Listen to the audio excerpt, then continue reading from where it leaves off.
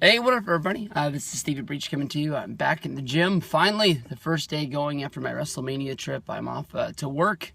I'm going to be getting Taco Bell as normal. Give me a bean cheesy rice burrito. I got to get some gas and then clock in and work first nighttime shift in a good little while. But it was good to go back to work yesterday, get back into the shape of things, really start kicking some ass. The WrestleMania trip is still fresh in my mind. I'm still riding that high, and I'm starting to put things together to see what's going to be happening going into Extreme Rules. You have Seth Rollins is now your WWE champion. Of course, they blew off the feud with him and Brock Lesnar, with Brock Lesnar being suspended on Monday Night Raw by Stephanie McMahon for just going out there and just F5ing everyone, hitting the cameraman 3 times, going after Michael Cole, taking out Booker T and JBL. Everybody got their ass kicked on Monday Night Raw. But Brock is being sent home. More than likely will be being brought back for a big, huge SummerSlam event. Big rumors, Triple H versus Rock, Brock versus Seth.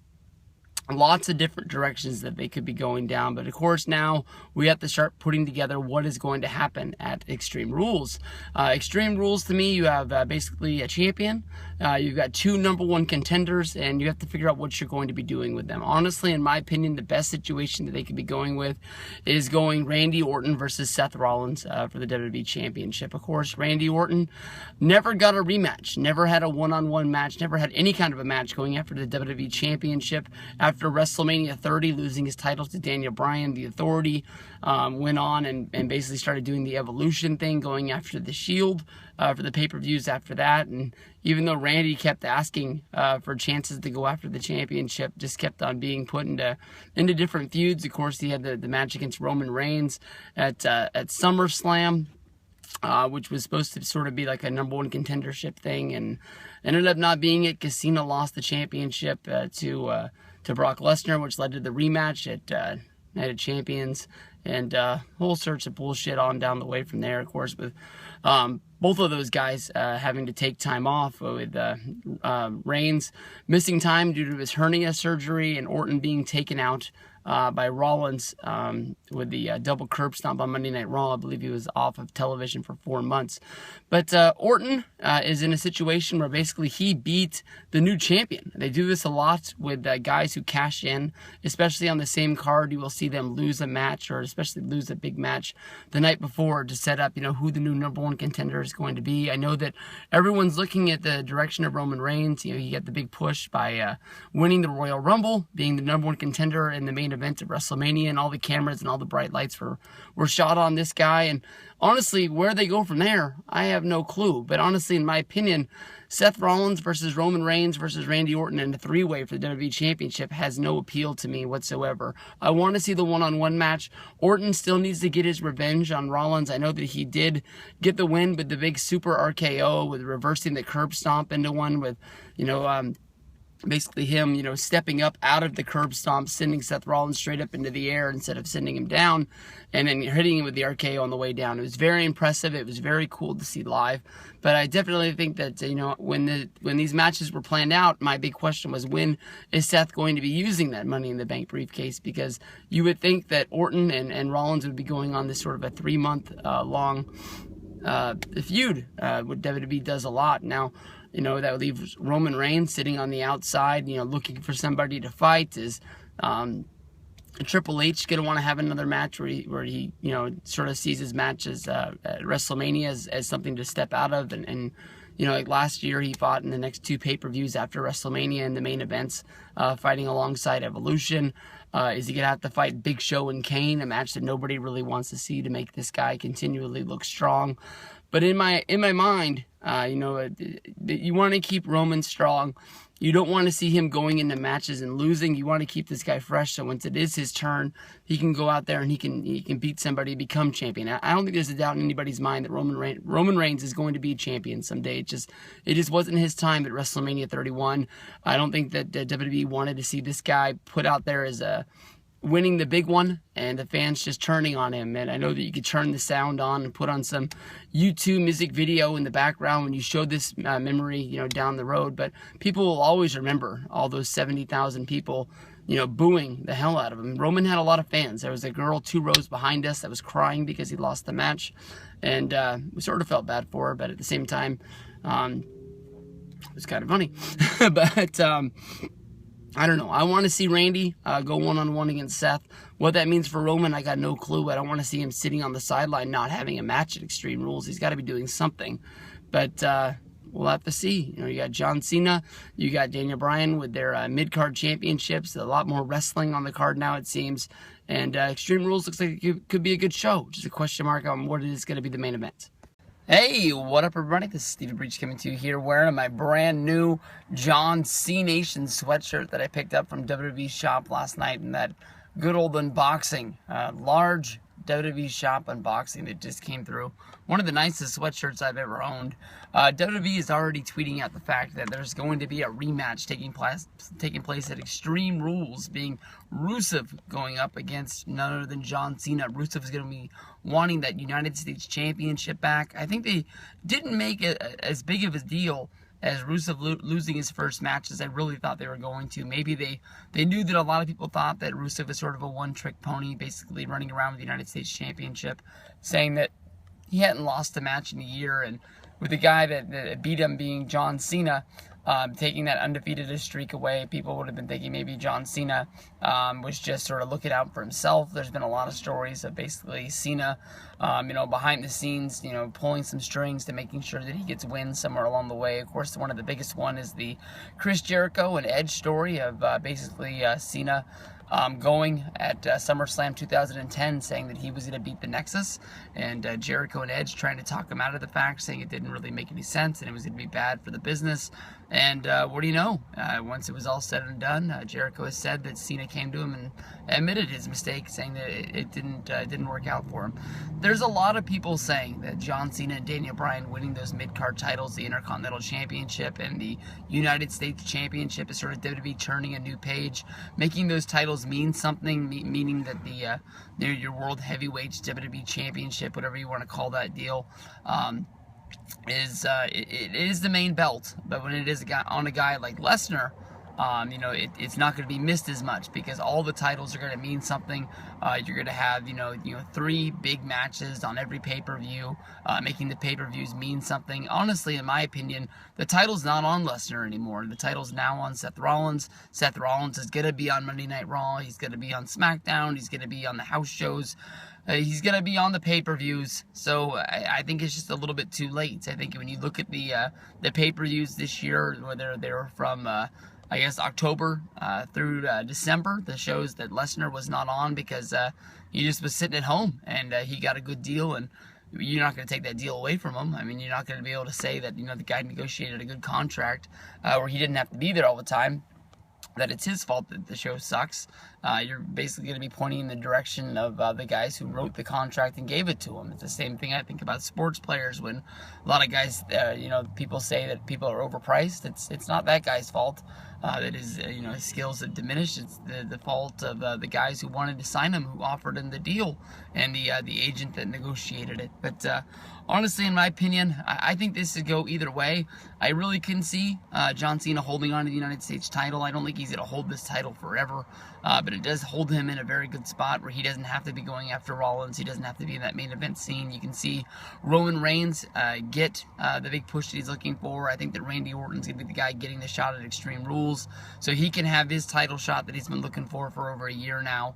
But I could also see Rusev beating him and getting the title back. We've seen basically where Lana, put him in the match and Rusev got mad, and we've seen where Lana was trying to cheat at WrestleMania. She threw the boa in the ring, and the referee took it as the I quit, and he rang the bell. John Cena won, and maybe we'll get more of an insider story on all of that right now. When you looked at Monday Night Raw as of last week, it looked like maybe Cena and Rusev are going in different directions, but they've already, put up a match card, and they've already put up a picture.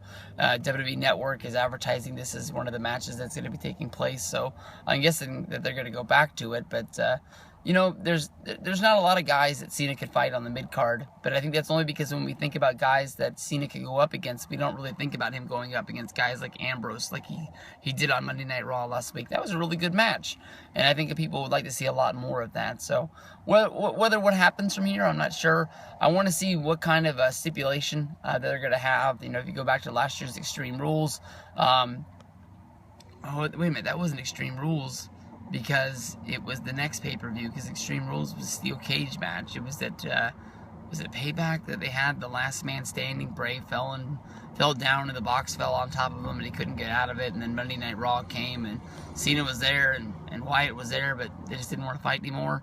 I know, it didn't really make any sense then, it didn't really make any sense now, but I can see them having an I quit match, where basically you have to hear Rusev say I quit instead of throwing it in there.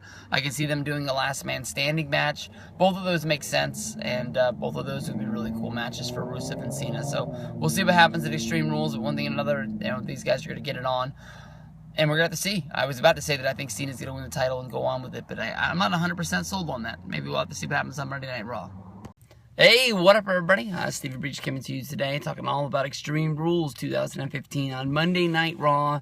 During the show on the app, they announced a new match where Wade Barrett will be cashing in his rematch clause from losing the Intercontinental Championship at WrestleMania 31. There's going to be a one-on-one match between Wade Barrett and Daniel Bryan for the Intercontinental Championship. For some reason, WWE has been choosing to announce the matches, but not announce the stipulations. Extreme Rules in the past has been a very heavily relied on stipulation match, trying to make almost the stipulations worth as much as the matches. A lot of these matches will end up being, you know, no DQ, you know, ladder matches, last man standings. I don't know what else they could do. They always find a way to make sure every single match has some sort of a stipulation along the way. Seeing how last month at WrestleMania 31 this match was figured out in a 6-man ladder match. I think there ended up being 7. I don't think they'll do another ladder match, but they'll be somewhere along the way. But when I look at Daniel Bryan going up against Wade Barrett, I don't want to take anything away from Wade Barrett. Wade Barrett was a good Intercontinental Champion, even though he didn't win very many matches, and he didn't even really hold the championship the whole time that he was champion, with the whole gimmick of basically on Raw and SmackDown, a new person stealing the belt and running away with it. And Wade Barrett always seemed like he was the idiot who couldn't hold on to his belt, because every time he was in a match, somebody would come running down, take it, and run off with it, and that would end up being the sort of thing that, you know, got into his head, and that made him lose all these matches along the way. Even though he was losing matches, he wasn't losing the championship because they were non-title matches at the time. But Daniel Bryan as the champion is going to bring on better wrestling matches to the mid-card.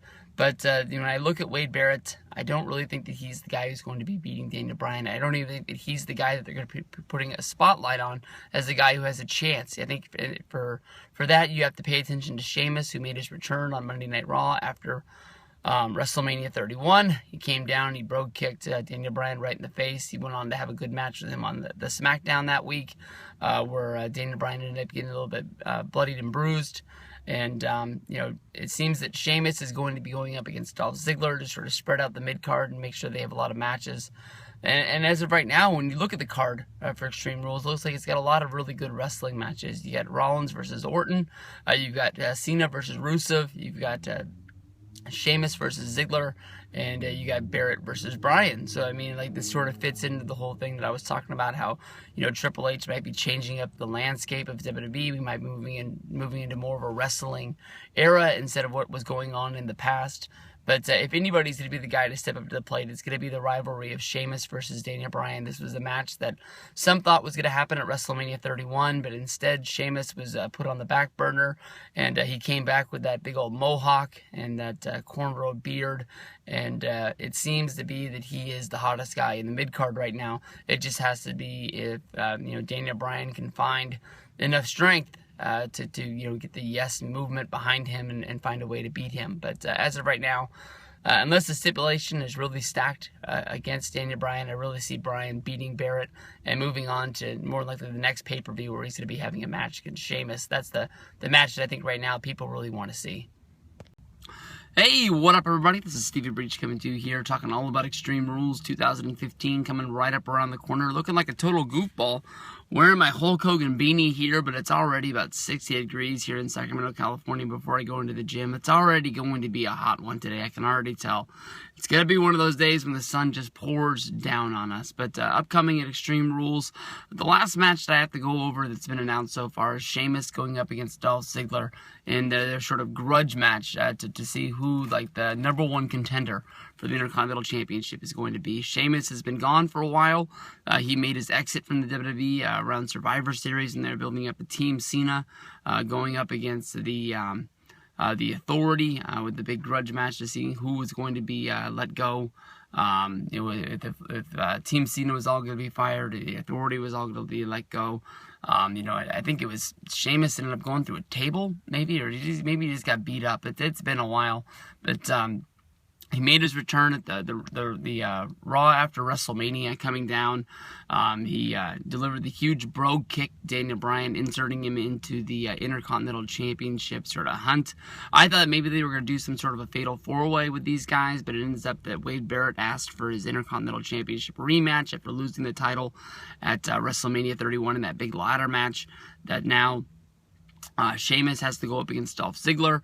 This looks like it's probably going to be some sort of a #1 contenders match. Sheamus coming in, looking pretty good, looking pretty bad at the same time. I will say that I really do like Sheamus's new look with his mohawk, but Sheamus's dreadlocks coming off of his beard, a little too weird for me. Makes people want to hate this guy, but I don't know if he's going after some sort of Lou Albano look where the safety pin coming off of his face or something like that, but I don't know, and I don't get it. I know that Sheamus is over there on the European tour right now. He's getting huge pops. They love that guy over there. They've been looking forward for something to do with Sheamus for a long time. If you can remember back to last year, Big Dave was going off to make some movies, and they wanted to know if they'd be able to keep the Shield versus the Evolution going, and they were thinking of putting Sheamus into Evolution to give him that sort of a heel turn, this sort of Hanna-Barbera, Sheamus sort of, I'm going to go out there and I'm going to fight the good fight for everybody because I guess that's Finley's line, but, I like to fight. But that's basically what Sheamus was. He just was a guy that, you'd put him in the ring against anybody and he'd fight him. He didn't care. And more often than not, Sheamus always come out on top. He was always that guy that sort of seemed like he was in that John Cena role because he never really lost matches, but nobody ever really cared about the guy. Sheamus, last time he was a heel, he was a 2-time WWE champion, 1 time beating John Cena in a big-time surprise to win the championship in a tables match when Cena slipped off the top rope going through there. And the other time is during the Nexus Invasion.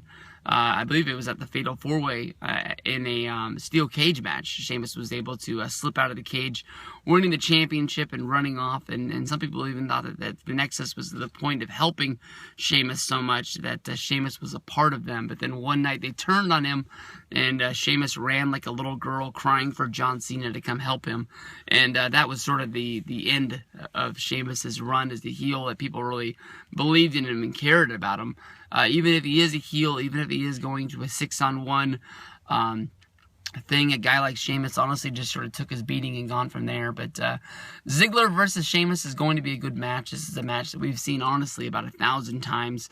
It's not a new matchup at all, but it's definitely Sheamus is going to go into the ring and be able to deliver an ass kicking, and people love Dolph Ziggler so much that it's going to make people really care about the match that Sheamus is just destroying him out there. No doubt in my mind, Sheamus has got to get the win.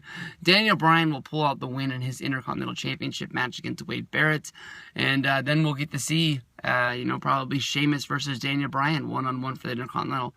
Sheamus versus Daniel Bryan is sort of portrayed as like their biggest rivalries with each other, even though it's more of a joke because they keep every WrestleMania. Vince wants to put these guys up.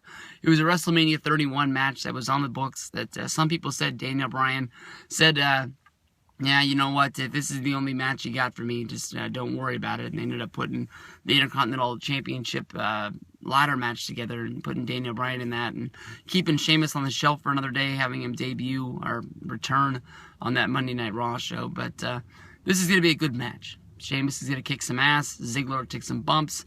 And at the end of the day, people will be wanting to hate Sheamus a little bit more.